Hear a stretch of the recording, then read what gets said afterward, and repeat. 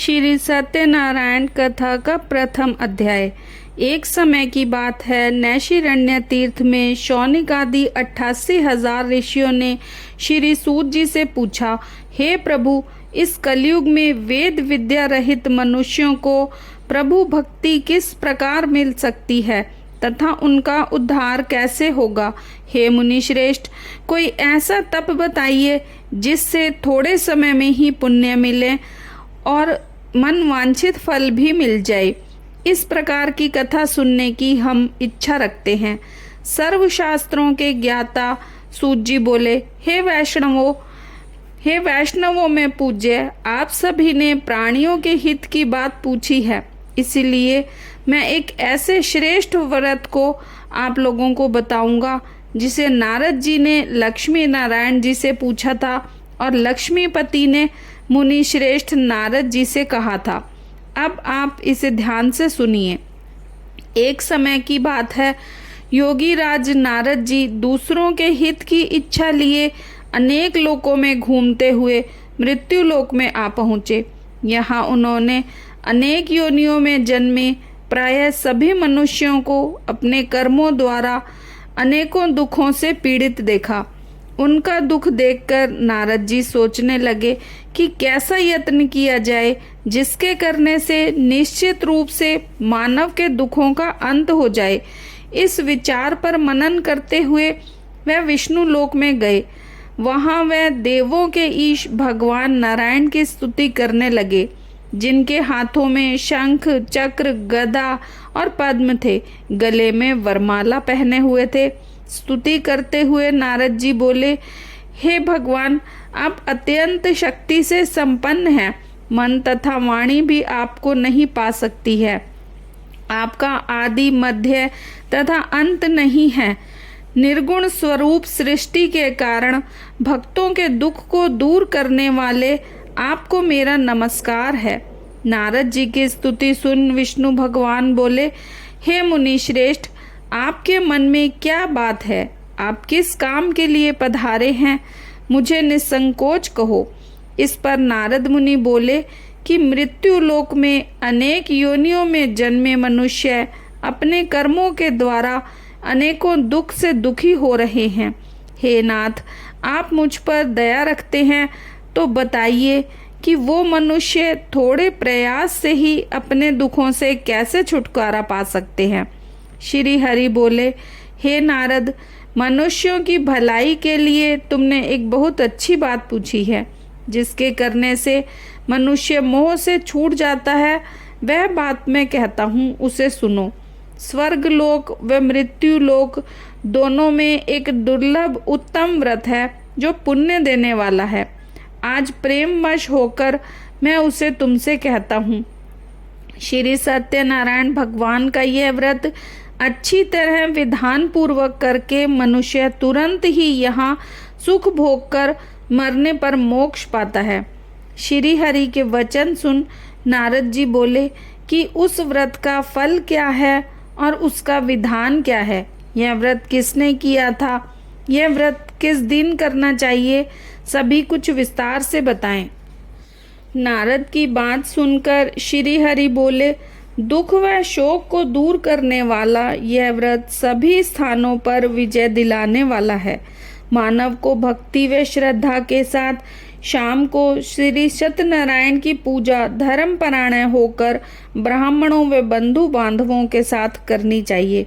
भक्ति भाव से ही नैवेद्य, केले का फल, घी, दूध और गेहूं का आटा का सवाया ले। गेहूं के स्थान पर साठी का आटा, शक्कर व गुड़ लेकर भी सभी भक्षण योग्य पदार्थों को मिलाकर भगवान का भोग लगाएं। ब्राह्मणों सहित बंधु बांधवों को भी भोजन कराएं। उसके बाद स्वयं भोजन करें। भजन कीर्तन के साथ भगवान की भक्ति में लीन हो जाएं। इस तरह से सत्यनारायण भगवान का यह व्रत करने पर मनुष्य की सारी इच्छाएं निश्चित रूप से पूरी होती हैं। इस कलिकाल अर्थात कलयुग में मृत्यु लोक में मोक्ष का यही एक सरल उपाय बताया गया है। इति सत्यनारायण व्रत का प्रथम अध्याय संपूर्ण। श्रीमन नारायण नारायण भज मन नारायण नारायण नारायण। श्री सत्यनारायण भगवान की जय। श्री सत्यनारायण कथा द्वितीय अध्याय। सूत जी बोले, हे ऋषियों, जिसने पहले समय में इस व्रत को किया था उसका इतिहास कहता हूँ, ध्यान से सुनो। सुंदर काशीपुरी नगरी में एक अत्यंत निर्धन ब्राह्मण रहता था। भूख प्यास से परेशान वह धरती पर घूमता रहता था। ब्राह्मणों से प्रेम करने वाले भगवान ने एक दिन ब्राह्मण का वेश धारण कर उसके पास जाकर पूछा, हे विप्र, नित्य दुखी होकर तुम पृथ्वी पर क्यों घूमते हो? दीन ब्राह्मण बोला, मैं निर्धन ब्राह्मण हूँ, शिक्षा के लिए धरती पर घूमता हूँ, भिक्षा के लिए धरती पर घूमता हूँ। हे भगवान, यदि आप इसका कोई उपाय जानते हो तो बताइए। वृद्ध ब्राह्मण कहता है कि सत्यनारायण भगवान मनोवांछित फल देने वाले हैं, इसीलिए तुम उनका पूजन करो। इसके करने से मनुष्य सभी दुखों से मुक्त हो जाता है। वृद्ध ब्राह्मण बनकर आए सत्यनारायण भगवान उस निर्धन ब्राह्मण को सारा व्रत का विधान बताकर अंतर्ध्यान हो गए। ब्राह्मण मन ही मन सोचने लगा कि जिस व्रत को वृद्ध ब्राह्मण करने को कह गए हैं उसे मैं जरूर करूँगा। यह निश्चय करने के बाद उसे रात में नींद नहीं आई। वह सवेरे उठकर सत्यनारायण भगवान के व्रत का निश्चय कर भिक्षा के लिए चला गया। उस दिन निर्धन ब्राह्मण को भिक्षा में बहुत धन मिला, जिससे उसने बंधु बांधवों के साथ मिलकर श्री सत्यनारायण भगवान का व्रत संपन्न किया। भगवान सत्यनारायण का व्रत संपन्न करने के बाद वह निर्धन ब्राह्मण सभी दुखों से छूट गया और अनेक प्रकार की संपत्तियों से युक्त हो गया। उसी समय यह ब्राह्मण हर माह इस व्रत को करने लगा। इस तरह से सत्यनारायण भगवान के व्रत को जो मनुष्य करेगा वह सभी प्रकार के पापों से छूटकर मोक्ष को प्राप्त होगा। जो मनुष्य इस व्रत को करेगा वह सभी दुखों से मुक्त हो जाएगा। सूत जी बोले कि इस प्रकार से नारद जी से नारायण जी का कहा हुआ श्री सत्यनारायण व्रत मैंने तुमसे कहा। हे विप्रो, अब मैं और क्या कहूँ? ऋषिवर बोले, हे मुनिवर, संसार में उस विप्र से सुनकर और किस किस ने इस व्रत को किया, हम सब इस बात को सुनना चाहते हैं। इसके लिए हमारे मन में श्रद्धा भाव है। सूत जी बोले, हे मुनियों, जिस जिसने इस व्रत को किया वह सब सुनो। एक समय वही विप्र धन व ऐश्वर्य के अनुसार अपने बंधु बांधवों के साथ इस व्रत को करने को तैयार हुआ। उसी समय एक लकड़ी बेचने वाला बूढ़ा आदमी आया और लकड़ियां बाहर रखकर अंदर ब्राह्मण के घर में गया। प्यास से वह दुखी लकड़हारा उनको व्रत करते देख विप्र को नमस्कार करके पूछने लगा कि आप ये क्या कर रहे हैं तथा इसके करने से क्या फल मिलेगा, कृपया मुझे भी बताएं। ब्राह्मण ने कहा कि सब मनोकामनाओं को पूर्ण करने वाला यह सत्यनारायण भगवान का व्रत है। इनकी कृपा से ही मेरे घर में धन धान्य आदि की वृद्धि हुई है। विप्र से सत्यनारायण व्रत के बारे में जानकर लकड़हारा बहुत प्रसन्न हुआ। चरणामृत लेकर वह प्रसाद खाने के बाद वह अपने घर गया। लकड़हारे ने अपने मन में संकल्प किया कि आज लकड़ी बेचने से जो धन मिलेगा उसी से श्री सत्यनारायण भगवान का उत्तम व्रत करूँगा। मन में इस विचार को ले बूढ़ा आदमी सिर पर लकड़ियां रख उस नगर में बेचने गया जहां धनी लोग रहते थे। उस नगर में उसे अपनी लकड़ियों का दाम पहले से 4 गुना अधिक मिला। बूढ़ा प्रसन्नता के साथ दाम लेकर केले, शक्कर, घी, दूध, दही और गेहूं का आटा ले सत्यनारायण भगवान के व्रत की अन्य सामग्रियां लेकर अपने घर गया। वहां उसने बंधु बांधवों को बुलाकर विधि विधान से सत्यनारायण भगवान का पूजन और व्रत किया।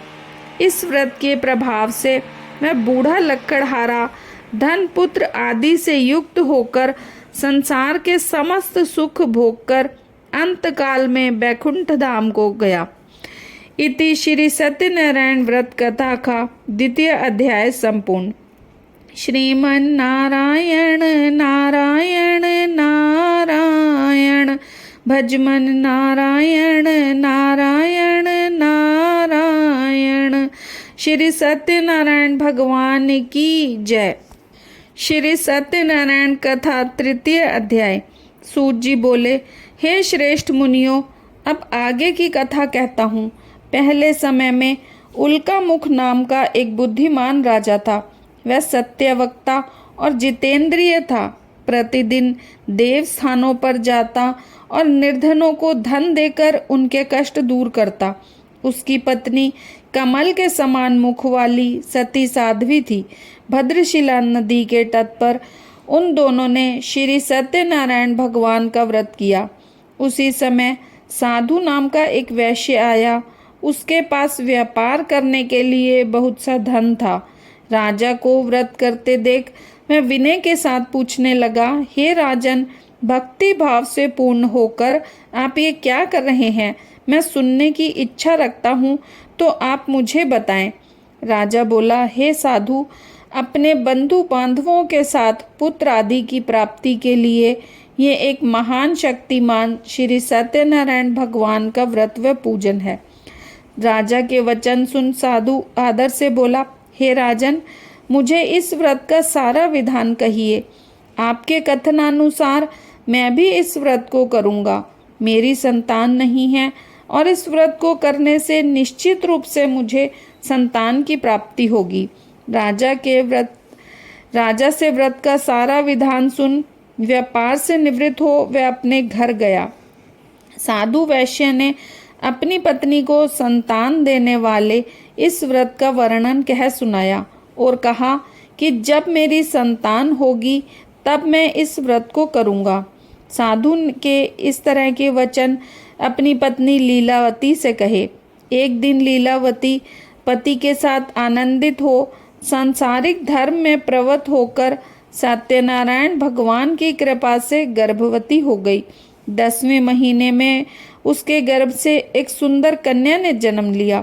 दिनों दिन वह ऐसे बढ़ने लगी जैसे कि शुक्ल पक्ष का चंद्रमा बढ़ता है। माता पिता ने अपनी कन्या का नाम कलावती रखा। एक दिन लीलावती ने मीठे शब्दों में अपने पति को याद दिलाया कि आपने सत्यनारायण भगवान के जिस व्रत को करने का संकल्प किया था उसे करने का समय आ गया है। आप इस व्रत को करिए। साधु बोला कि हे प्रिय, इस व्रत को मैं इसके विवाह पर करूँगा। इस प्रकार अपनी पत्नी को आश्वासन देकर मैं नगर को चला गया। कलावती पिता के घर में रहकर दिनों दिन बड़ी होने लगी। साधु ने एक बार नगर में अपनी कन्या को सखियों के साथ देखा तो तुरंत ही दूत को बुलाया और कहा कि मेरी कन्या के योग्य वर देख कर आओ। साधु की बात सुनकर दूत कंचन नगर में पहुंचा और वहां देखभाल कर लड़की के सुयोग्य वाणिक पुत्र को ले आया। सुयोग्य लड़के को देख साधु ने बंधु बांधवों को बुलाकर अपनी पुत्री का विवाह कर दिया। लेकिन दुर्भाग्य की बात, साधु ने अभी भी सत्यनारायण भगवान का व्रत नहीं किया। इस पर श्री भगवान क्रोधित हो गए और श्राप दिया कि साधु को अत्यधिक दुख मिले। अपने कार्य में कुशल साधु बनिया जमाई को लेकर समुद्र के पास स्थित रत्नापुर सार नगर में गया। वहां जाकर दामाद ससुर दोनों मिलकर चंद्रकेतु राजा के नगर में व्यापार करने लगे। एक दिन भगवान सत्यनारायण की माया से एक चोर राजा का धन चुराकर भाग रहा था। उसने राजा के सिपाहियों को अपना पीछा करते देख चुराया हुआ धन वहां रख दिया जहां साधु अपने जमाई के साथ ठहरा हुआ था। राजा के सिपाहियों ने साधु वैश्य के पास जाकर राजा का धन पड़ा देखा तो वह ससुर और जमाई दोनों को बांधकर प्रसन्नता से राजा के पास ले गए और कहा कि हम उन दोनों चोरों को पकड़कर लाए हैं। आप आगे की कार्यवाही की आज्ञा दें। राजा की आज्ञा से उन दोनों को कठिन कारावास में डाल दिया गया और उनका सारा धन भी उनसे छीन लिया गया। श्री सत्यनारायण भगवान के श्राप से साधु की पत्नी भी बहुत दुखी हुई। घर में जो धन रखा था उसे चोर चुरा ले गए। शारीरिक तथा मानसिक पीड़ा व भूख प्यास से अति दुखी हो अन्न की चिंता में कलावती एक ब्राह्मण के घर गई। वहां उसने श्री सत्यनारायण भगवान का व्रत होते देखा, फिर कथा भी सुनी और प्रसाद लेकर घर वापस आई। माता ने कलावती से पूछा कि हे पुत्री, अब तक तुम कहाँ थी? तेरे मन में क्या है? कलावती ने अपनी माता से कहा, हे माता, मैंने एक ब्राह्मण के घर में श्री सत्यनारायण भगवान का व्रत देखा है। कन्या के वचन सुन लीलावती भगवान के पूजन की तैयारी करने लगी। लीलावती ने परिवार व बंधुओं सहित सत्यनारायण भगवान का पूजन किया और उनसे वर मांगा कि मेरे पति तथा जवाई शीघ्र घर आ जाएं। साथ ही यह प्रार्थना भी की कि हम सबका अपराध क्षमा करें। श्री सत्यनारायण भगवान इस व्रत से संतुष्ट हो गए और राजा चंद्रकेतु को सपने में दर्शन देकर कहा कि हे राजन, तुम उन दोनों वैश्यों को छोड़ दो और तुमने उनका जो धन लिया है उसे वापस कर दो। अगर तुमने ऐसा नहीं किया तो मैं तुम्हारा धन, राज्य व संतान सभी को नष्ट कर दूंगा। राजा को यह सब कहकर भगवान अंतर्ध्यान हो गए। प्रातःकाल सभा में राजा ने अपना सपना सुनाया। फिर बोले कि वाणिक पुत्रों को कैद से मुक्त कर सभा में लाओ। दोनों ने आते ही राजा को प्रणाम किया। राजा मीठी वाणी में बोला, हे महानुभावों, भाग्यवश ऐसा कठिन दुख तुम्हें प्राप्त हुआ है, लेकिन अब तुम्हें कोई भय नहीं है। ऐसा कहकर राजा ने उन दोनों को नए वस्त्र आभूषण भी पहनाए और जितना धन उनका लिया था उससे दुगना धन वापस कर दिया। दोनों वैश्य अपने घर को चल दिए। इति श्री सत्यनारायण व्रत कथा का 3 अध्याय संपूर्ण। श्रीमन नारायण नारायण नारायण, भजमन नारायण नारायण नारायण। श्री सत्यनारायण भगवान की जय। श्री सत्यनारायण कथा 4 अध्याय। सूत जी बोले, वैश्य ने मंगलाचार कर अपनी यात्रा आरंभ की और अपने नगर की ओर चल दिए। उनके थोड़ी दूर जाने पर एक दंडी वेशधारी श्री सत्यनारायण ने उनसे पूछा, हे साधु, तेरी नाव में क्या है? अभिमानी वाणिक हंसता हुआ बोला, हे दंडी, आप क्यों पूछते हो? क्या धन लेने की इच्छा है? मेरी नाव में तो बेलपत्र भरे हुए हैं। वैश्य के कठोर वचन सुनकर भगवान बोले, तुम्हारा वचन सत्य हो। दंडी ऐसे वचन कह वहां से दूर चले गए। कुछ दूर जाकर समुद्र के किनारे बैठ गए।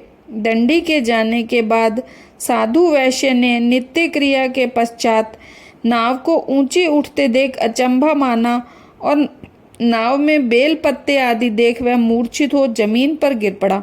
मूर्छा खुलने पर वह अत्यंत शोक में डूब गया। तब उसका दामाद बोला कि आप शोक न मनाएं, यह दंडी का शाप है, इसीलिए हमें उनकी शरण में जाना चाहिए, तभी हमारी मनोकामना पूरी होगी। दामाद की बात सुनकर वह दंडी के पास पहुंचा और अत्यंत भक्ति भाव से नमस्कार करके बोला, मैंने आपसे जो असत्य वचन कहे थे उनके लिए मुझे क्षमा कर दें। ऐसा कहकर महान शोकातुर हो रोने लगा। तब दंडी भगवान बोले, हे वाणिक पुत्र, मेरी आज्ञा से बार बार तुम्हें दुख प्राप्त हुआ है। तू मेरी पूजा से विमुख हुआ। साधु बोला, हे भगवान, आपकी माया से ब्रह्मा आदि देवता भी आपके रूप को नहीं जानते, तब मैं अज्ञानी कैसे जान सकता हूँ? आप प्रसन्न होइए, अब मैं सामर्थ्य के अनुसार आपकी पूजा करूँगा। मेरी रक्षा करो और पहले के समान नौका में धन भर दें।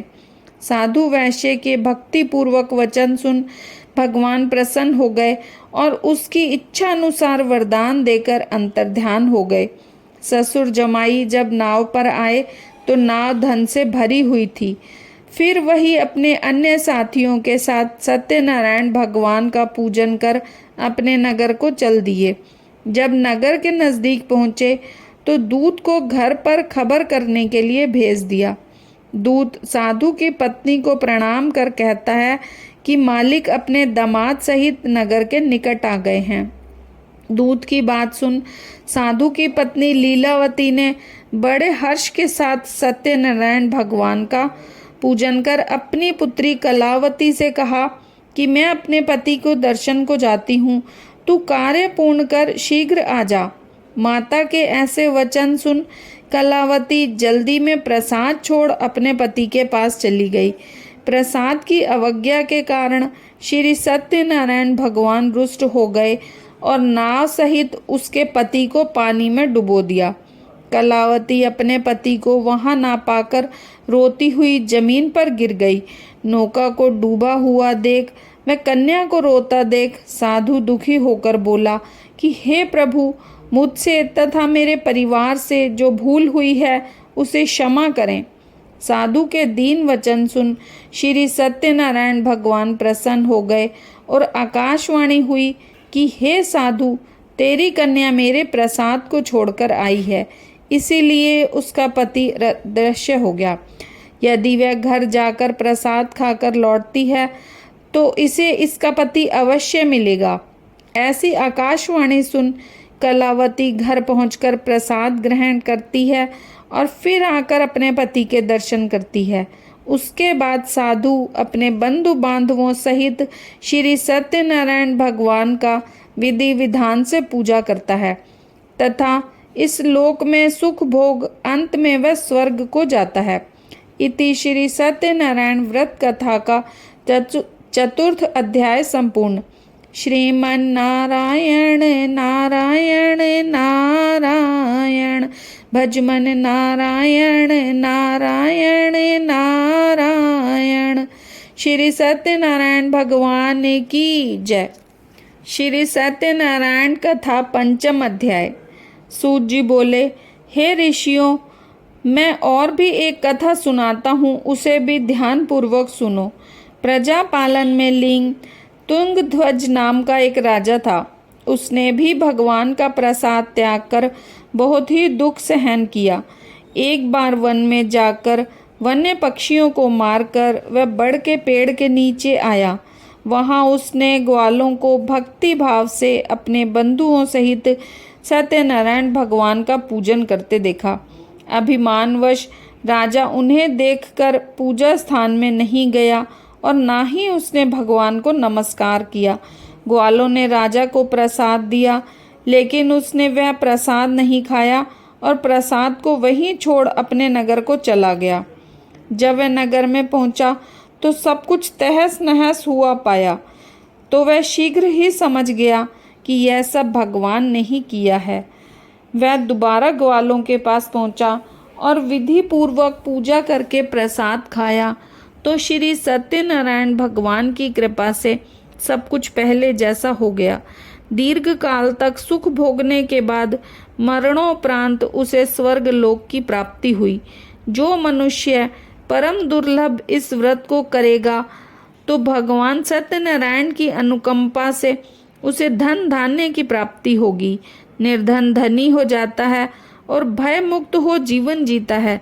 संतानहीन मनुष्य को संतान सुख मिलता है और सारे मनोरथ पूर्ण होने पर मानव अंत काल में वैकुंठ धाम को जाता है। सूत जी बोले, जिन्होंने पहले इस व्रत को किया है, अब उनके दूसरे जन्म की कथा कहता हूँ। व्रत शतानंद ब्राह्मण ने सुदामा का जन्म लेकर मोक्ष की प्राप्ति की। लक्कड़हारे ने अगले जन्म में निषाद बनकर मोक्ष प्राप्त किया। उल्का मुख नाम का राजा दशरथ होकर बैकुंठ को गए। साधु नाम के वैश्य ने मोरध्वज बनकर अपने पुत्र को आरे से चीरकर मोक्ष पाया। महाराज तुंगध्वज ने स्वयंभू होकर भगवान में भक्ति युक्त हो कर्म कर मोक्ष पाया। इति श्री सत्यनारायण व्रत कथा का 5वां अध्याय संपूर्ण। श्रीमन्नारायण नारायण नारायण, भजमन नारायण नारायण नारायण। श्री सत्यनारायण भगवान की जय। श्री सत्यनारायण जी की आरती। जय लक्ष्मी रमणा स्वामी, जय लक्ष्मी रमणा। सत्यनारायण स्वामी जन पातक हरणा। ओम जय लक्ष्मी रमणा। रतन जड़ित सिंहासन अद्भुत छवि राजे। नारद करत निराजन घंटा ध्वनि बाजे। ओम जय लक्ष्मी रमणा। प्रगट भये कलि कारण द्विज को दर्श दियो। बूढ़ो ब्राह्मण बन कर कंचन महल कियो।